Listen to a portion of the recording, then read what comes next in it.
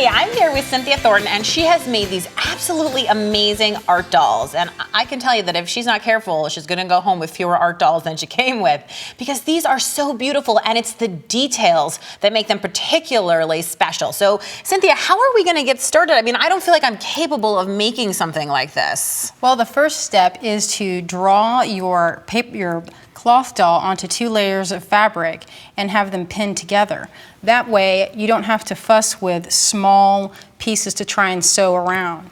So you're drawing it on, you're folding a piece of fabric in half, or 2 pieces of fabric, and then you're drawing it on one side of it, and then you're gonna go ahead now and we're gonna just stitch it. I'm gonna sew it, but what I'm gonna do is I'm gonna reinforce the areas that have like the opening parts, because I'm gonna cut around that. So. Now, when you say the opening parts, you're referring to the places that we're going to stuff? Yes, or? This is going to be the area to stuff. And so what I'm going to do is go around the edge. And again, this is so much easier to sew it while it's connected. 2 pieces of fabric connected, and you've just pinned them together to keep them connected, so you don't even have to think about what's happening. Right. Also, they don't slide off the sewing machine. That's which is always nice. Now, are you using just like a cotton weight quilting? Or are you using something linen particular? This is a linen, and it was a scrap off of another project. So you can use different pieces, and you can have 2 different pieces of fabric together, or the same. So I'm reinforcing this edge again. That way when I cut it... I was gonna say, you're leaving the entire bottom area of the doll open, and if we look at the one that you already have sewn, then what we'll be able to see is that right in that body area, you've left it open. So what's next? Well, you wanna cut around the piece, and I like to leave about 1/4 of an inch, so you can go all the way around and just leave a small...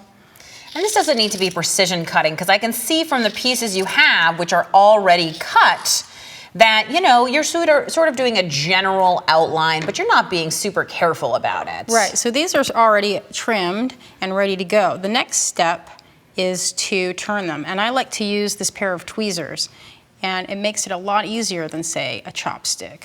So all you do is grip the edge, and... You're basically like turning a sock inside out, but holding on to the inside of the sock. Right. And that, of course, is why we left the opening at the bottom. So it has ease of stuffing. Oh, cool. And you're able to just grab it with your other hand and pull it around. Yeah, then you take the other end and then push all the pieces. That's so smart, because the other end of the tweezers is nice and rounded, so you're not actually going to poke through anything. Well, if you do poke through, it's no big deal. So it's always a good attitude.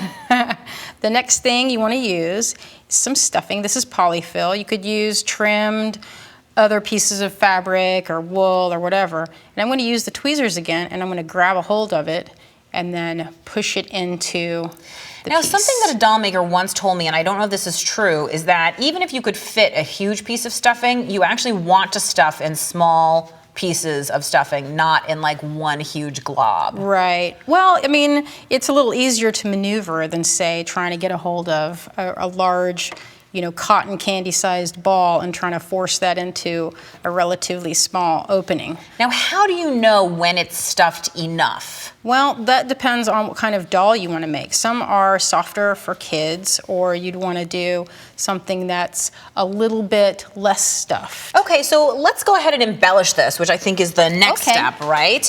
Yes. So the embellishments, there are so many different possibilities of how you can embellish. Where do we even start? Well, I like to use these ink blocks. They're water soluble, and they are perfect for decorating fabric, because once they are on, you use a little bit of water, once they are on the fabric, you just iron them, and they are permanent. Which is so cool. Now, I noticed that you're using a brush that has water in the handle, obviously, and you just went ahead and you're using this kind of as a palette. You don't even take the sticks out. A lot of people sort of draw with them. You can do that. Now, this, I've used it really wet, and so I kind of had a bleed effect right here. Oh, wait. So this is a great thing to share with people, which is about how much water you want to use. You can squeeze the brush and get a little bit more, and the best part about this is that you can sew through it. So cool, because you were saying this leaves the hand of the fabric very soft. Now, to heat fix this, you're just going to do what? I'm going to iron it. So one of the other things you can do is... Are you using steam or no steam? I'm not using any steam on this particular piece. So this will heat fix it, and also it'll dry it. So if you want to go in and do one more layer or even 3 more layers, it doesn't get really stiff or heavy.